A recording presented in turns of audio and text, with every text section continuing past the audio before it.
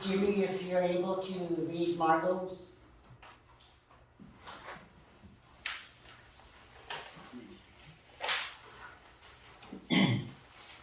Sure.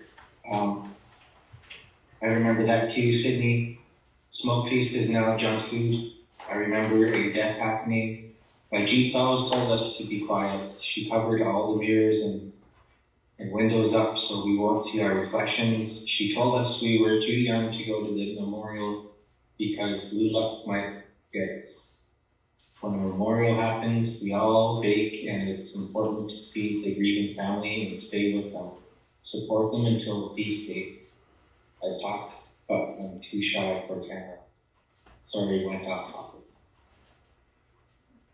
No problem, Margaret. Thank you for the contribution. I remember the covering of the mirrors and the windows as well. My grandma Peggy used to also say that you can't be peeking out the windows or else the Lula will poke you in the eye. Thank you. Thank you, Jimmy and Margot.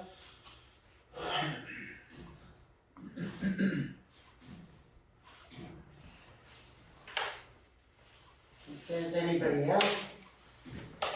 Another one. One of the biggest things is using devices now.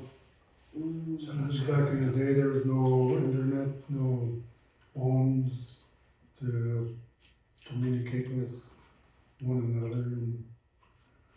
And, nowadays, you see pretty much everyone, when you're in the feast hall, people are on their gadgets. And one of the other big things I remember is all the Sigurdum that we used to hand out the gifts with the small bits. When they hand out gifts, they'd be just as loud or louder than someone on that mic. They'd holler out the name for the gifts that the ladies are going to deliver. It'd be real super loud.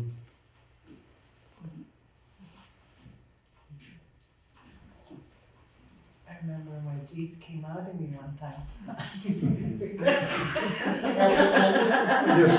With the mic. Hollering. The one that I remember back in the feast hall is I always see Lloyd dancing, and he just makes everybody feel happy when he does that. He just has a good energy, and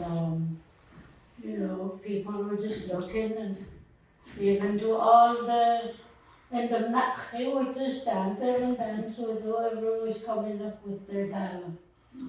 I sure miss that one. I miss seeing him do that, because you don't see that happening anymore. Kind of energy that he had. It just changed everybody, just made them all happy.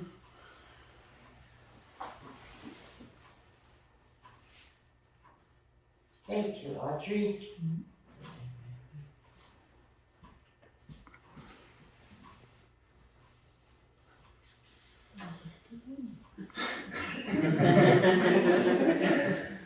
So Gloria has a comment, Jimmy? The only thing I see is that they change is having tables and chairs. Plus, I had witnessed a cleansing feast done by my Yetis clan.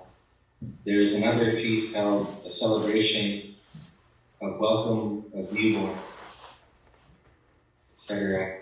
Also, my grandfather keeps tapped 3 times behind, and my younger brother was silly, making noise. He would let us know quiet in good sense. Sorry, I was stumbling through that. Thank you, Gloria.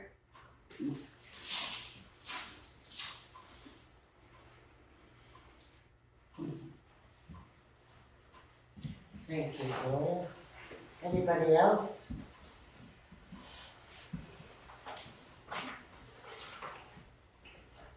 Is there a difference back in your day today in the feast hall?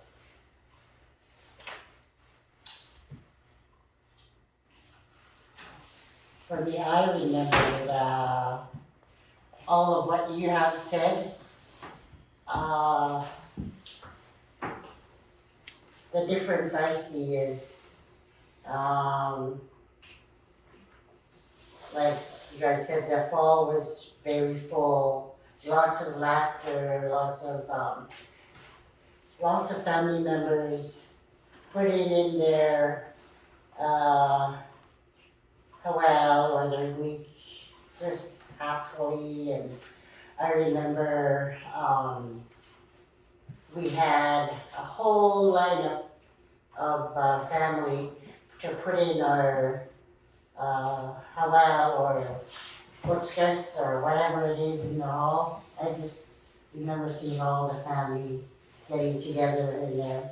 And Peace Hall to me was like a building for gathering place, whether it be celebrating or mourning or it's kind of different right now. I see a divide, like it hasn't been like togetherness or community in quite some time. And again, I'd like to see more of this in the teachings. And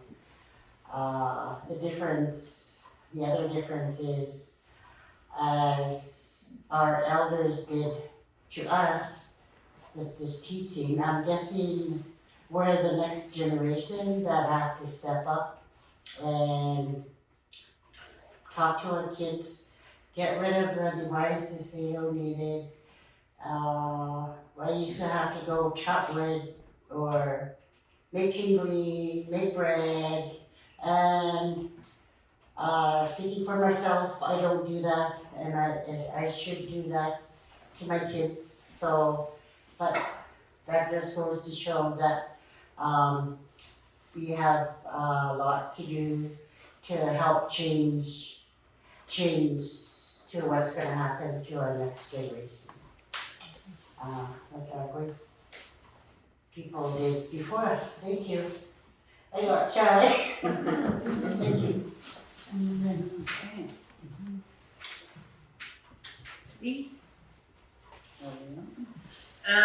Sorry, Sorry. Sydney, Mia, and Sydney, and Gwelx, and Vietnam, Melissa Dierks, some really Thank you to Mia, Sydney, and all of the others who have shared how we're noticing change within the Wilpligit. Ragak with back siwa Western Wilpligit. Prior to European contact, we had the Wilpligit, the Western Wilpligit, the old Wilpligit. Even back siwa Merti lang when it happened as when the Europeans arrived, they informed us that we were breaking their laws by holding the liturgy. And so the Gitsan, the powerful thing about Gitsan is that they continued on with their liturgy.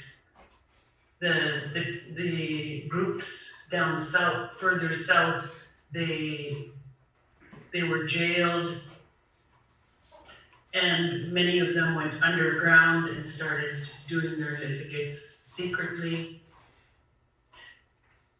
Our Simgigit just chased the Pamsiwa away and continued doing their litigates.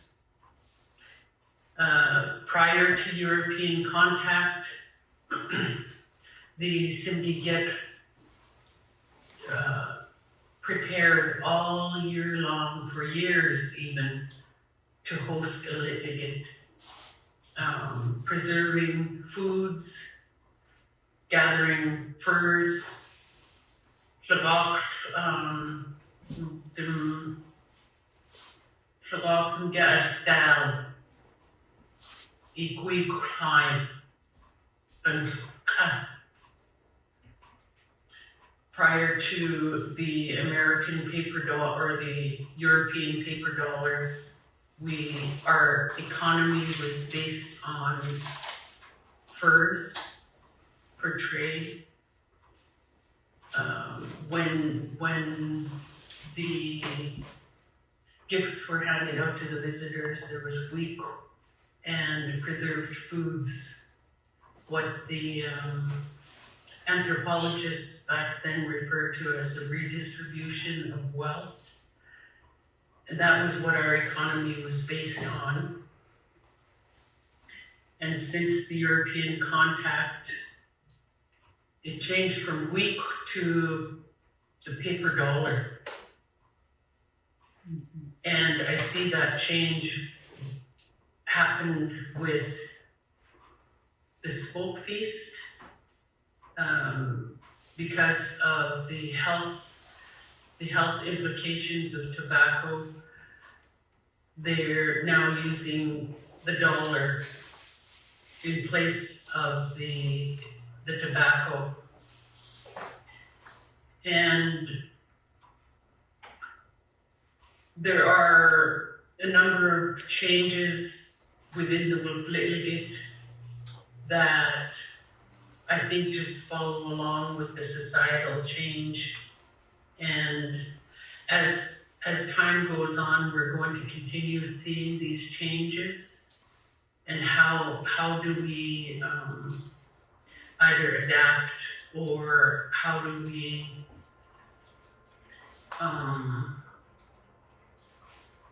I guess, face these changes? And it looks to me like because of the health implications to tobacco, they've just naturally made those kinds of adjustments and started taking down instead of me in.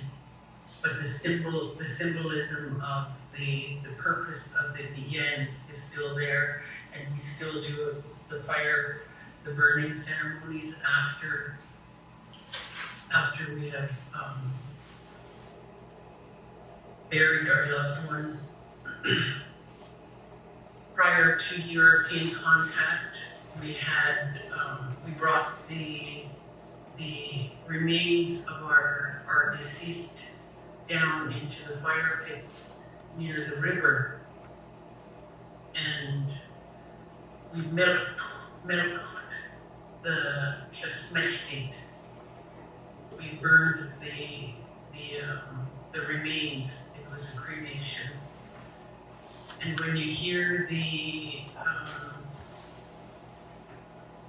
Syndicate come to invite the other licks to the feast when a Samagat has passed, they'll say, "The milk, the smek, Samagat." We're going to be burning the remains of the Samagat on this day, and we invite you all to the funeral. So there have been natural changes, mainly due to European contact, but we've held on to our culture. And I think one thing that we really need to be mindful of is that culture is not static. And what that means is it doesn't stay exactly the same as it was 1,000 years ago, 100 years ago, even 50 years ago. And I think the important thing is that we remember that culture is what protects our children from harm. Their identity is what protects our children from the outer forces that may harm our children or result in self-harm? And how do we uplift this culture to continue to protect our children, our Ugdakin and our Agwi-Ugdakin, our grandchildren and our great-grandchildren?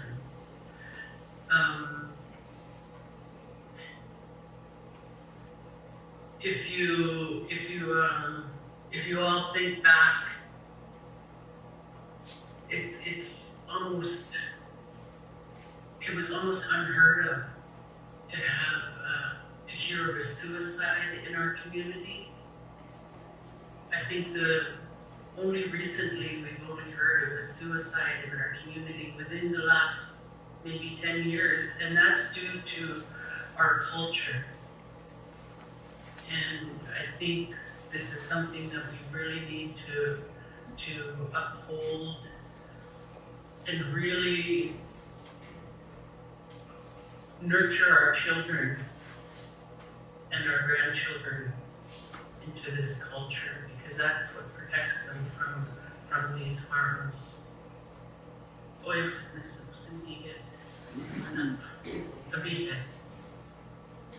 Thank you, Wanda. Now, Trista. Yeah, I just wanna say I absolutely love that you shared that, Wanda. That is something that I truly believe in my heart is, and that's one thing I share not only within our community, but out there is, you know, as long as we're living and actively participating in our culture and our way of life, then our children should never be lost, and that's so powerful. So I love that, thank you. That's what brings me. Yeah, it's important. Thank you, Trista.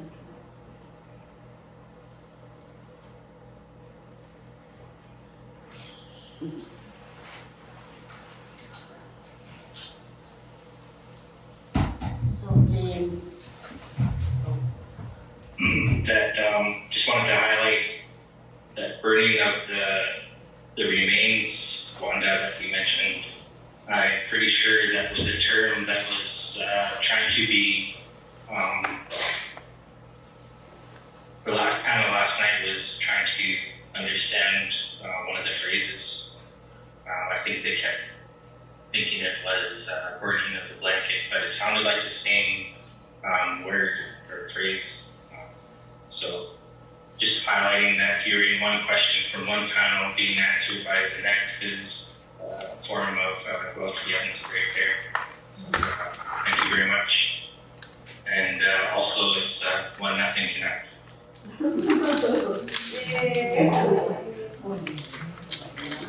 Thank you, Judy. Keep us updated.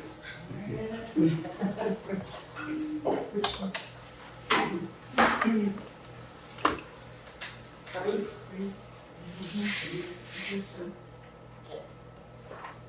I will read the next question. So, question 3. The moment that you step into the feast hall to the closing in prayer, what are the feast protocols that you are aware of?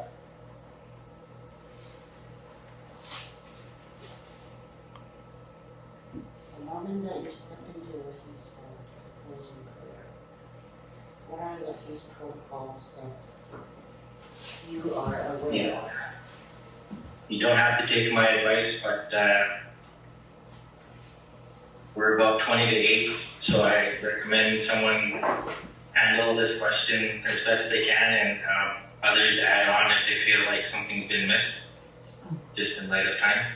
Everybody in the room has run a feast before, I believe, but I really don't want to miss anything, so take what I say lightly. I'm loving what I hear. That's the same thing I told the last panel, so plugging along. Thank you. Sidney? For the hosts, Samaga will thank all guests for witnessing the work that has been done at the Lilligit. And after the host, the Samaga has thanked everyone for being there. The Samaga will call the family up to thank the guests as well for witnessing all the work the family has done for the Lilligit for the past 4 days. That's the best I can answer it, and just being aware of thanking all the boat members from all the other communities that come together to help as well. All those other clans.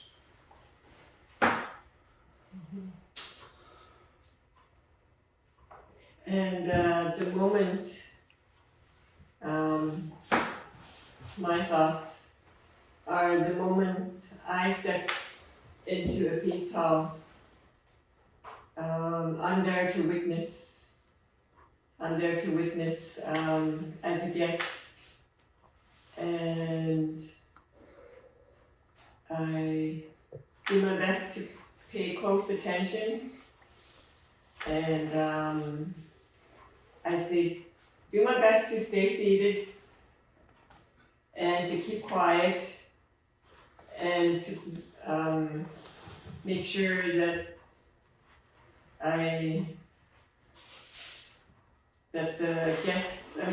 the hosts witnessing what they have to do. And my brother told me before, you see how they line up, he said, when they go make their hawal. That's pretty much how they are ranked, is when they line up. And that's how you memorize their names, he told me. That's how you memorize their names. You pay close attention when they're giving their names and when they give their hawal. Yeah. Ali. Thank you, Loretta. And Andrew? One of the first things we got to do is teach you guys. You gotta really pay close attention, because if someone gets a name, a real big name, before they enter the feast hall, they still gotta get broken in. They're gonna get escorted by their father's land. So they put that person aside. It's either a chief or a matriarch. They make that announcement that a person just moved up in ranks and they're going to get a different seat. And after, like Sidney was saying about welcoming, there's that opening prayers, the songs.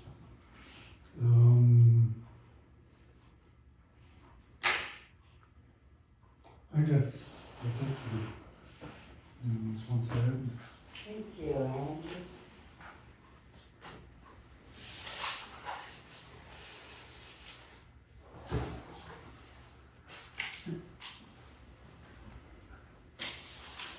Like Julie's coming.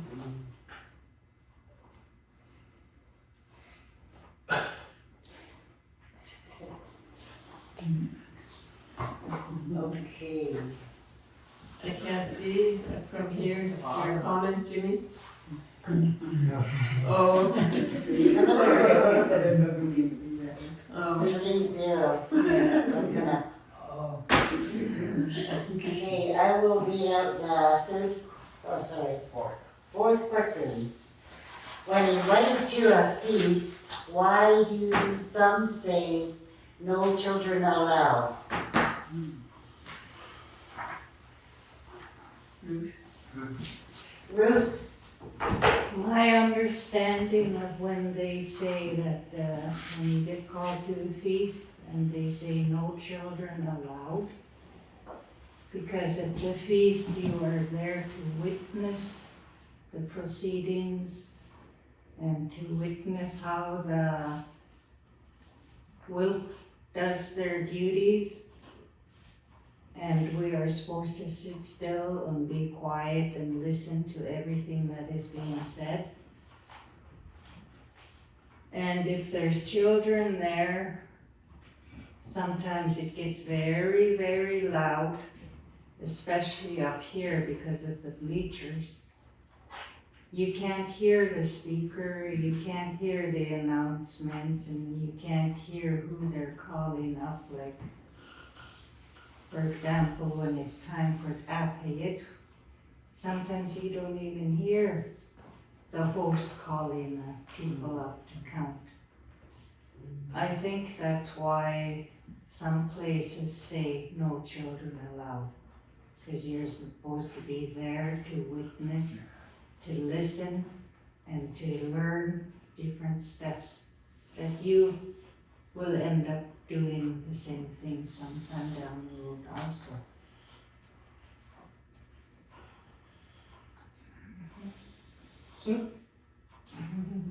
Thank you, Ruth. Andrew? I remember when I was probably 8 years old or so, we had the honor of having the late Gwelx and Pamela Good come into our classroom. Pamela Good, we shared a story about feast. He said that children were never brought to a feast. They were left in the longhouse. And in the longhouse they had all these little booths where the family stayed in that longhouse. They tell them to all to sit still in the longhouse while they go to the feast to do their businesses. It's a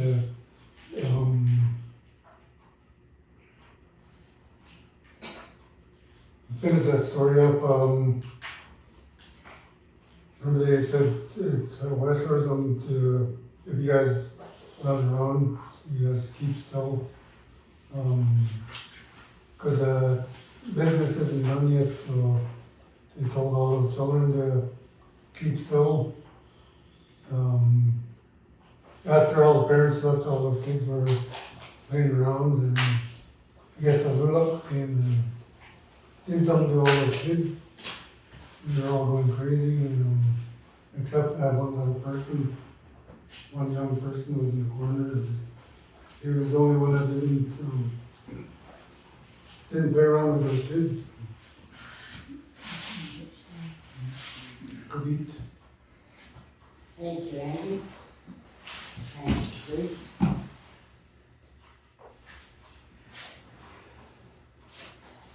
I'll throw one in there.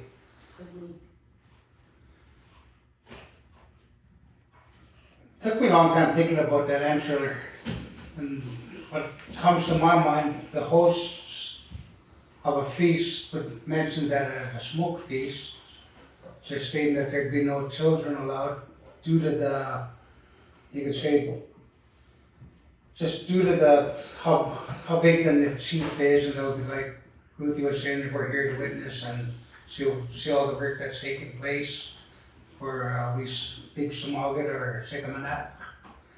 And it's, you could say that it's the rank of the house group, or the seating of, limited seating, or the designated seating for your whelp, and how big your whelp is in the rank. And there it should be where it's a big Sumagat there, we're just there to witness and see how it works, and it's just honoring the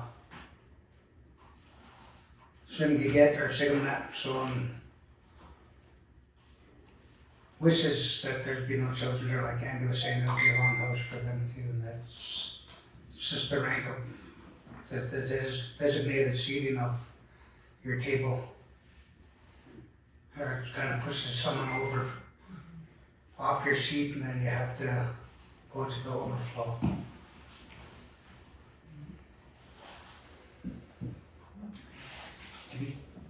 Thank you, Sid. That almost connects with what Diane was sharing earlier, that if you have all your children sit, right? If you have your children sit with you, then that kind of moves the seating. Yeah, that makes sense.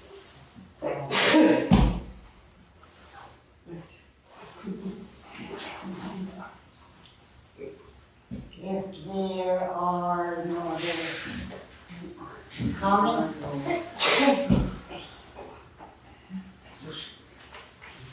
so I'll go to question 5. That's okay.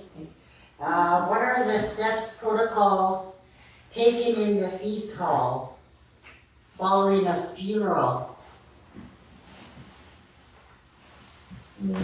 Before we move on, I think I'll read what Margot had to say for a couple of questions. Thank you, Jimmy. Sorry, Margot. Always thank the living, respect their laws and ways. I recently had my own feast. I fell into the ocean. My rescue involved many people. I put up a thank you feast, thanking the man who jumped in to save me, and I thank the person who took me to shore, and down the list. I had a chief stand next to me as I told the hall of what happened, and thanking all for me being alive. Next question already, I'm still typing. Thanks, Margot, I repeated. She added that shame feasts do not allow children. I saw it in Ida. It's not good to see or feel, can get nasty or a high chief due to space. A very good point.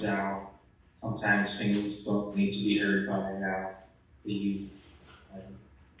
Want to add also, I think there was,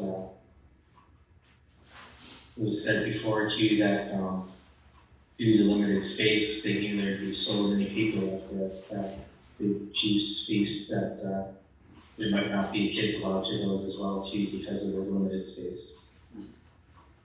Thank you. Thank you, Jimmy.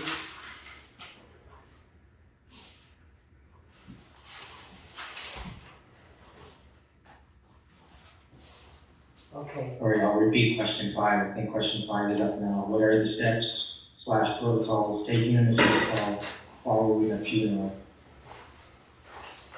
So, following a funeral, what are the protocols?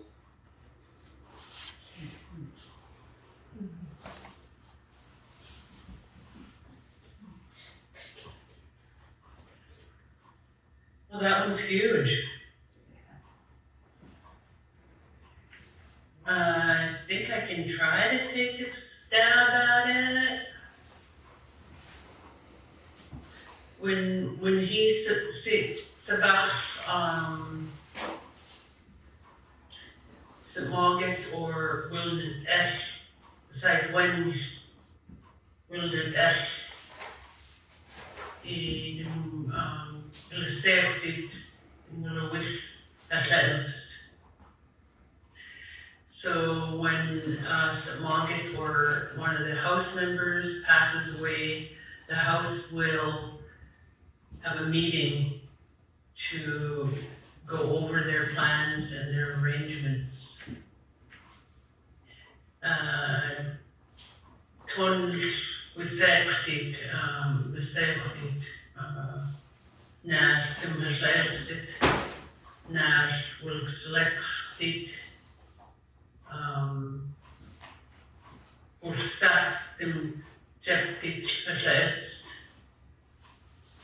so they talk about at their meeting who the father clan is of the deceased, who will be selected from the deceased's father clan to conduct the work, and on what dates the proceedings will happen. it's skishwe, gudum wildi dishwe. And if there is a name involved, whether it be a Samogic name or name of lower rank, what will they be doing with that name? What is the plan? Will there be somebody taking on the name? Nash, Sagadish, Samogic, Ngosh, Wet. And if the Samogic has already appointed someone and has been grooming them for all these years to step into that Samogic role. And I think that at that meeting there is some discussion around coming to consensus in the meeting. Because any once you leave that meeting, you put your disagreements aside and you fall in line with the work and you do the work for the respect of the person that has passed on. The end is to bring people together, to show the family support, to make the announcements to the communities and to the Simgiget what the Gwelx plans are and who is going to be taking on the name. The Wilplikidik, if it's a Samogic, then they will have a Beshkashkola, where the people come together and lay the blanket for the Samogic to carry on to the other side. They'll sing the Limich off. In the Wilplikidik, the protocols are quite stringent. There is what's called and that is where the Samogic or the wind chiefs or the house members all have a certain place to sit according to their rank within the Wilp. And there are also sub-Wilps, and they may have their own Samogic within the sub-Wilp, and then each of their members sit. And if it's a big Samogic, they'll do the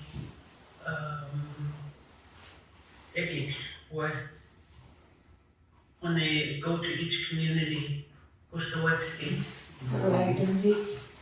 hits. And the purpose of that is for the Wilp to go out to each community to invite the Simgiget of those communities. The Simgiget of those communities will then in turn greet the Simgiget, they'll feed them, they'll do their nach, and the purpose of the nach at that time is to give the grieving family strength. The purpose of the nach is to call in the ancestors to come and stand with the family. It gives them strength, it gives them power to continue on with the work that they're doing. And it also acknowledges, this is a formal acknowledgement of the Simgiget of that community, of who is going to be taking the name. This is all according to the Ayok. And they'll also provide and give food to the wounded Esh that will help them in the feast, of their upcoming feast. They'll give Michash was talked about earlier in yesterday. And the English translation is eagle down. The symbiote of the hosting communities will do their Simhalite to give strength to the grieving family, and then they'll give the money, and the money is to help them carry on to the next community. The grieving clan will make note of all of the money that they've received, and when they close the business at the end of the feast, or just before they close their portion of the feast, they'll do Guksmacha Michash, which is they will stand at the front of the hall and do their Simhalite.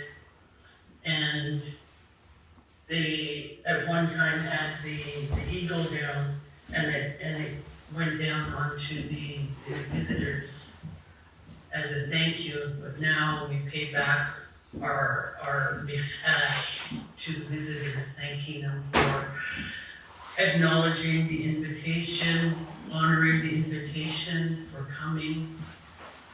And I think Andy was talking about this earlier, that the hosting clan, the more and more you attend feasts, the more you learn the ranks of all of the chiefs and their wilnadesh, where they sit. So after the work is conducted, the hosting clan will name out the symbiote that are in the feast hall and acknowledge that and thank them for coming.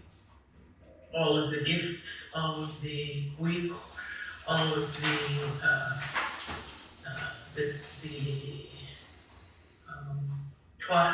the glasses are all, and all of the was and Biggie Will are all to thank either the workers, the father clan, or the guests for coming to witness all of the work that is done. So it is our responsibility as witnesses to sit and listen and learn and respect the work that is being done, respect the Simogit that is hosting the feast and all of the other Simogits that have come to do the work, to help them along with the work. If it's a big Simogit, they'll do the Nach, and the Nach is the roles that have been handed down from generation to generation. These are our ancestors. These are the roles that we're taking on of our ancestors. And when they're doing the Nach, it's the spirit of our ancestors, which is in the hall, which is why we all have to remain very silent and respect that. Nowadays, you see people are on their gadgets, people are talking, people are laughing, nobody knows what's going on. But what the Simogits are doing are reenacting the ancestral roles that have been handed down to them for thousands and thousands of years. People think it's comedy, but it's actually very, very serious business. Once the Simogits have thanked everyone in the hall, then that's when the guests, their Simogits, will stand up according to who is the Nadil, and they will speak first and they give the feedback on whether we missed something, whether if we broke the laws, if we did anything in a disrespectful way, the Simdiget will tell us, and this is the time when we all should be sitting and listening. When we receive our money, that is to pay you to sit there and listen until the end, because that's the most important time, is to learn your lessons there. And I think that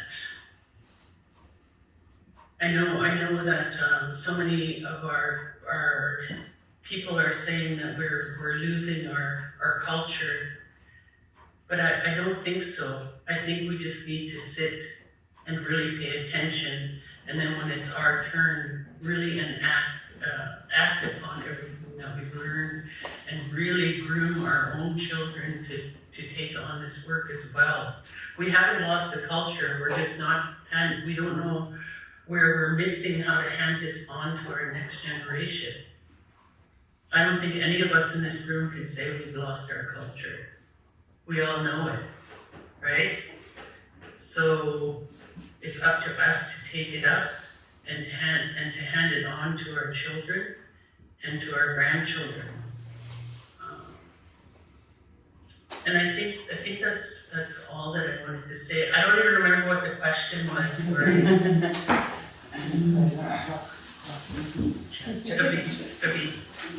Thank you, Wanda.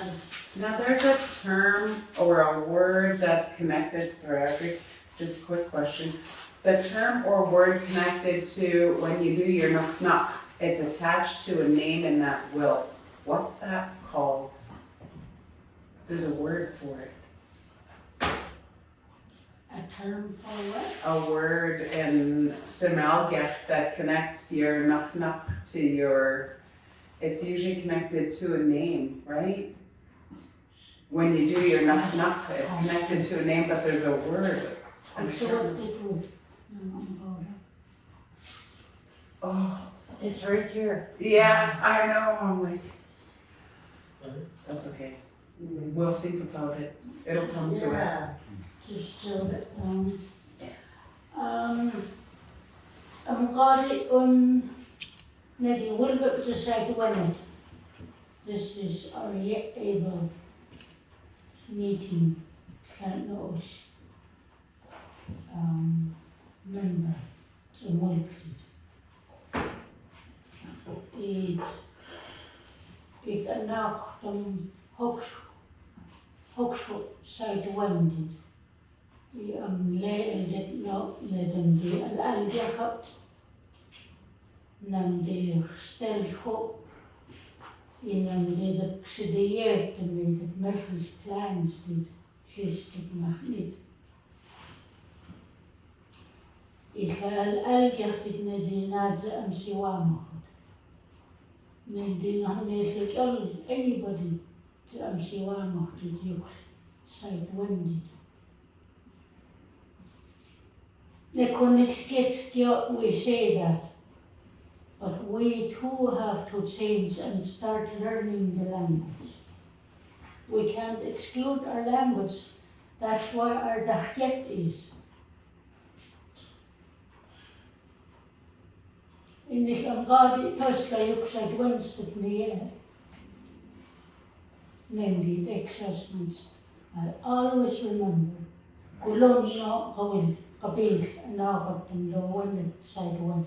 It went right in front. It went like wilted. Ik zag nog niet goed aangelegd.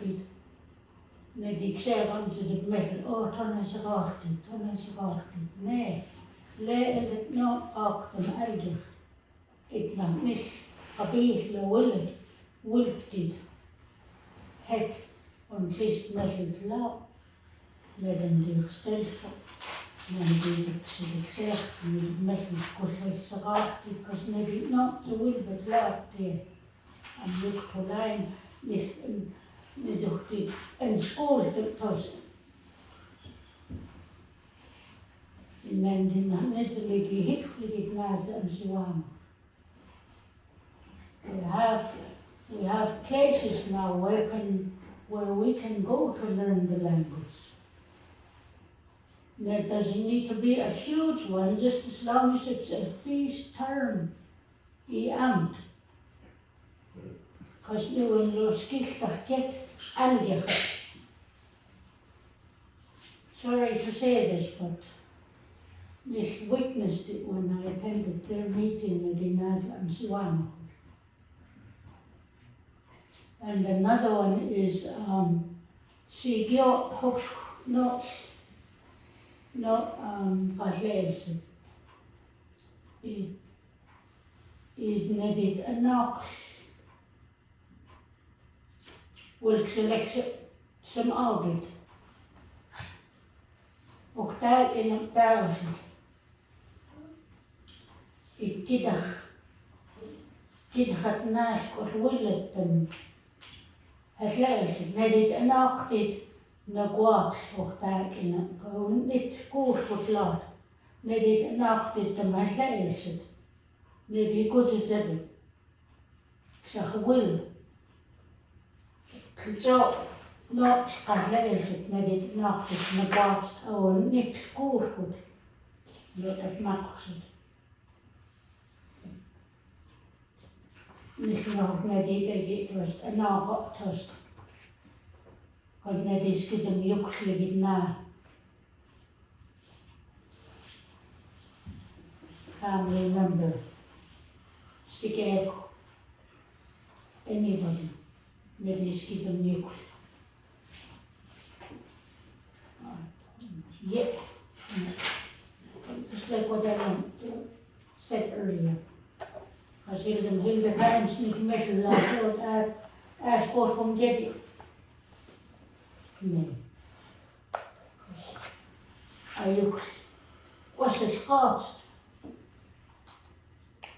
Ik wil hem heen, nu het leven zit. Nee, die had ik gezegd.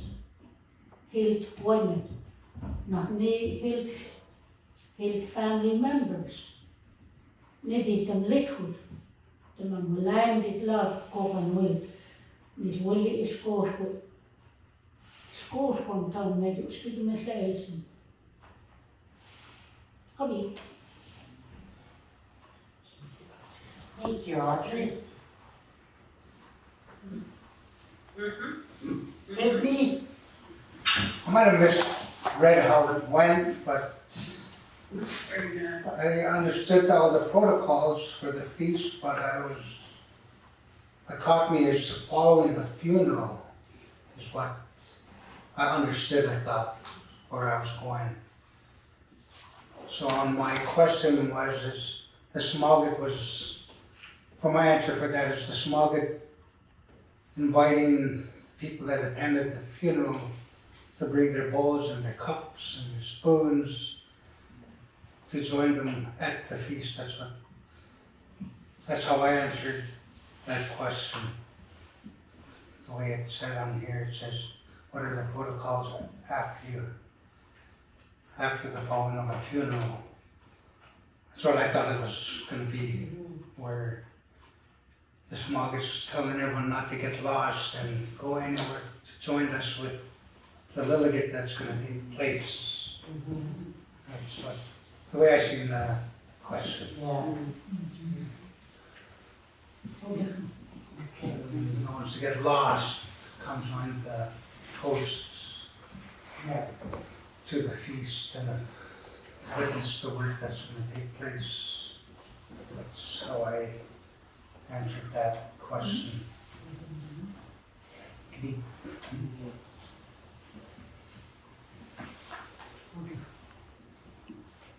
Thank you, Sidney.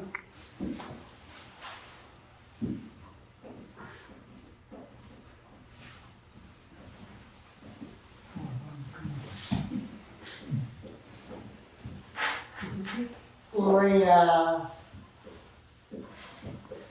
thanks Wanda in the last question, and yes, our culture is still carried on.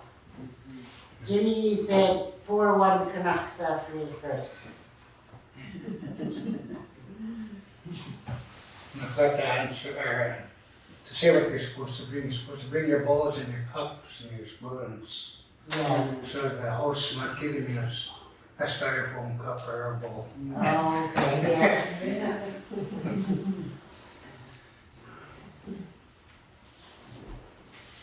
Yeah, I agree with Sidney. I think we need to really reinforce the no styrofoam cups and bowls. We have people coming from our own communities. They know that they should be bringing their own dishes, and they'll sit and wait for somebody to bring them styrofoam cups and bowls. And I just carry on. I don't serve people that don't bring their own dishes. So. Because I don't think there's a reason for, there's no excuse for not bringing it. We profess to be stewards of the land, so we really have to enforce this no styrofoam cups and bowls in there, because it all ends up in our lands. Oh, yes, Sidney.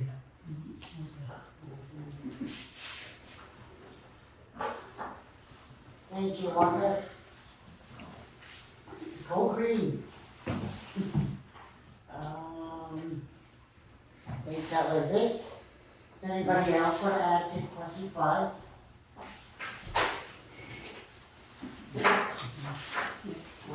So the next one is, what are the steps and protocols of fence / stone settlement?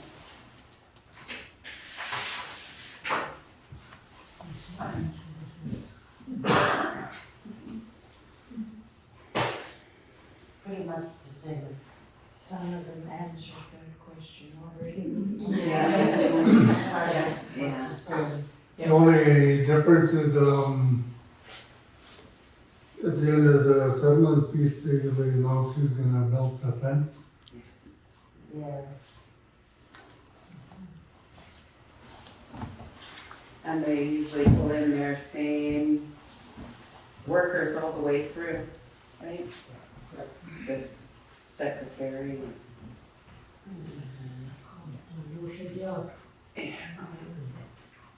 And at the stone settlement, and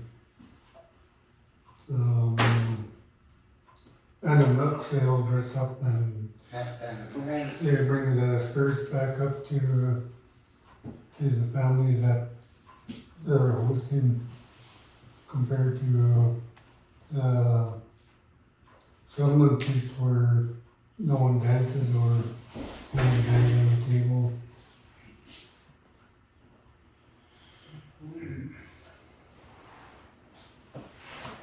And there is no capping. Pardon? Capping and that, usually sometimes that's missed. And needs to be back. That's what happened at the last feast I attended in Gilmore. There was 3 rows of visitors. And when they liked what was said there being done up front, they were all, and the rest of us were just sitting there. You know, supposed to clap. It's on a match to it. Some sand. Maybe it should be brought to their attentions before they attend feast that they're not to do that at all. Yeah. Because they're on our land. It's totally different than what maybe they do. Should be addressed to them. Be told at the beginning of the feast. When they don't. It should be Or told, yes, that's true. addressed at the beginning possibly, right? Yeah, I've seen that, I heard that a few times too, no clapping. I think it should be brought to, I know we live in the 21st century, like we talk about the gadgets that feast and people are doing things that they shouldn't be doing, like, I don't know, they could be on their Facebook and they could be doing they could be bringing some like their cultural stuff there that are, so you could be trying to catch up on your vest or something where you're crocheting and it's, I don't know if it's, the way I see it, it could be disrespectful. for the hosts witnessing what they're doing at that feast. It's like they shouldn't be doing their catch-up things at a feast or something. They're doing their homework on the table. They're there to witness the feast.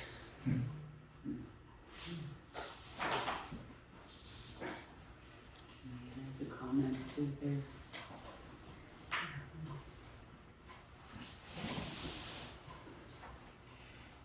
So Jimmy wrote, I think to me the difference between the funeral feast and stone settlement is that one is the crying feast and the other is the happy feast. Well, not the main thing, but what I see. Yeah, I just wanted to mention how the settlement feast, there's a lot of emphasis, or not a lot of emphasis, but I think the spouses play a big role in bringing back up the spirits and making it a little bit more of a happy event. Whereas the funeral feast, there's a lot of seriousness involved, like everyone's mentioned. Not you can't laugh because it's all business, and there's no laughing and dancing at the settlement or the funeral feast, whereas there is dancing and fun to be had at the settlement at certain points. Thank you, Jimmy. Pamela? I just wanna mention, just on what my understanding is and what I see. The fence is where the father clan continues to work and then finishes it off. The stone moving is where they move to stone moving. They gather and they feed and then they do a settlement feast there. The family that are in grieving is doing complete the work of the loved one. And the handamnak is almost like the humor, sort of puts closure to the loved one and uplifts the grieving families. And the loved one is rest in peace when everything's settled. Yeah. It's not hanged, they say, and the work is done. Yeah.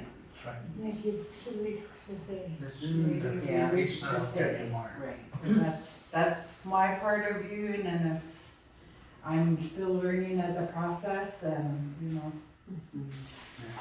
That's right. that's what I have put down.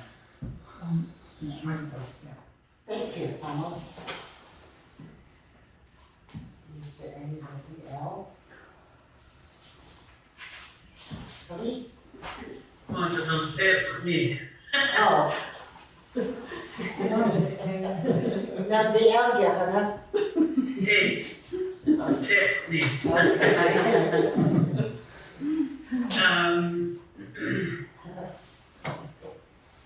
Will escape funeral feast kan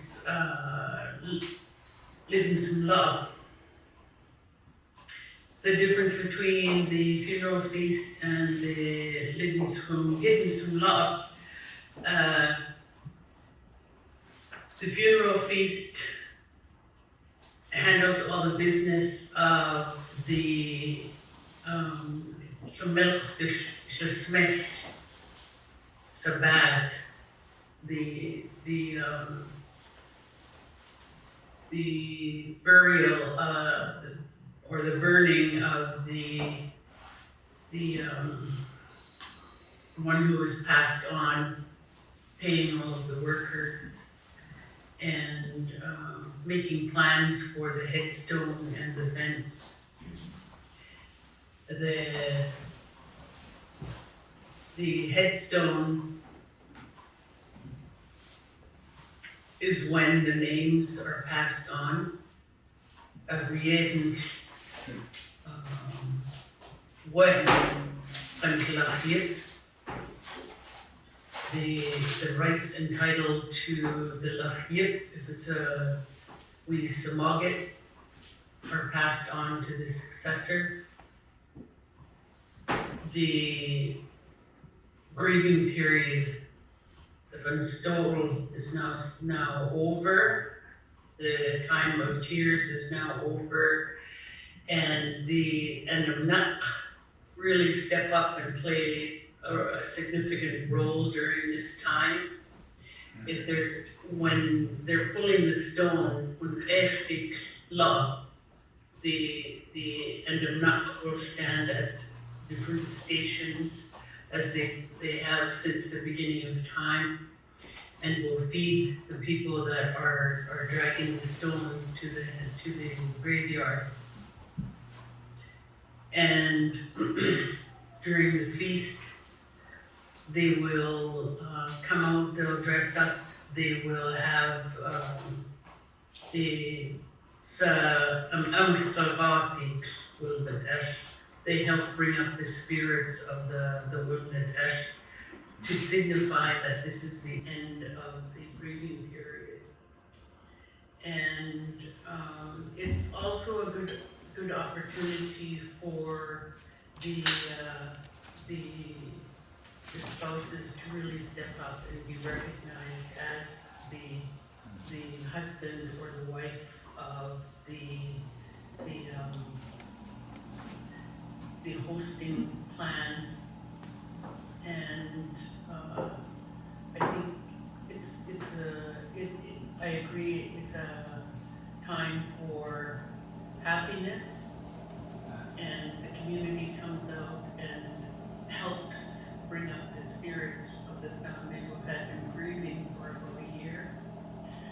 And one of the things that I've noticed recently is that everyone comes home and places the stone in their yard for a year, when personally I don't think it's necessary unless it's a person of higher rank. If it's a person that has a small name, you can bring the stone and place it right away and have the feast.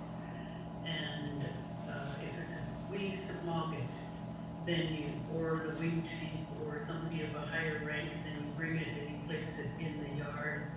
And that signifies that this successor or the person that's going to take the name has a year to prepare for that feast. They have to show up to every feast, they have to learn the language, they have to really step up their game, so to say, and really start to prepare and have their family, their immediate family start preparing for 1 year for this feast. And the immediate family of the host clan, whether it be a funeral or a headstone, maybe by Demsquit is what how my Samogit Larry said it, and I don't know if I said that word properly, but what the literal translation is pulling on they pull, kind of like in Kamsiwa terms, pull their weight more than the other members of the group. So they'll put in more money, they'll bring more Lady Will, they'll put out more twat, the glasses, and the other things, and the other will come and they don't put in as much money, they show their support by putting in money, and then the other clans, the other Gwelx will do this, they'll do the same. So the headstone for a wee Samogit is very, very significant, as it signifies passing on the rights and title to that name, which means if you're taking on a wee Samogit name, then you got to be prepared to pay for those rights and title, and it signifies your readiness as well to do that. Just it. I want to add to that. Thank you, thinking that too, Wanda, and from my understanding, when it comes to like a Samoget or a wing chief as well, basically like you shared, that's your feast, right? When you've taken on that name, but I also just wanted to add that my understanding is when you've taken on a name as a successor at a funeral, that within that year, you're to, pull your weight, so to say, but you also haven't quite earned your voice until you've completed that business, was in placing the headstone and completing that business, that's when you actually earn your voice with that new title. If I remember. There's another one Thanks, too. Trista. When those steps were starting to come in, I remember my parents said,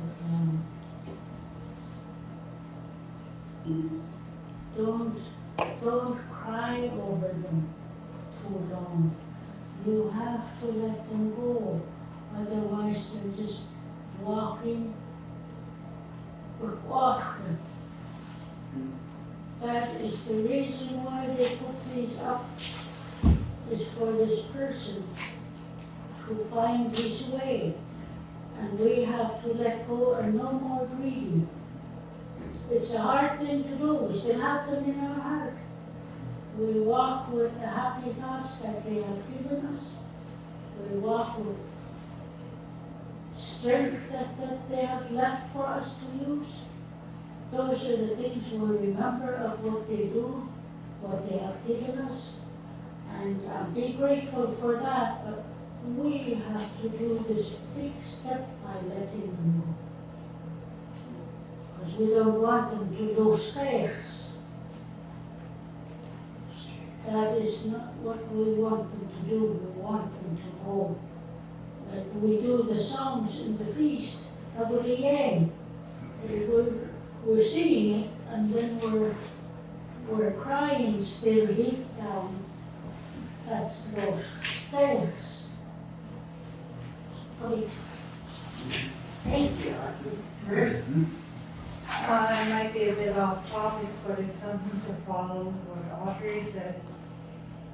Nowadays you see a lot of people doing cremation. And we were taught that when a person's deceased, you only hold them for a certain amount of days. I think it was 4 days max. And then you have a funeral and bury them. And then following that would be the headstone and the fence, so their feet do not stick out, and they will have a good journey to the other side. But nowadays, we hear about people passing away and they're being cremated, and people are passing the ashes around. Like one family member would have the ashes for maybe 6 months, and then it goes to another family member, and so on. That doesn't give the person settlement. Labai ox and cow. Is there protocol or anything? Has anybody heard if there's any protocol about ashes? One feast I attended, another Samoget said the same thing. He said because they were in the same situation, they held on to the ashes. And he spoke his mind. He said, after this, I don't want to see any more of of this happening, and it was exactly how you explained it, that's what he said. Yeah. So,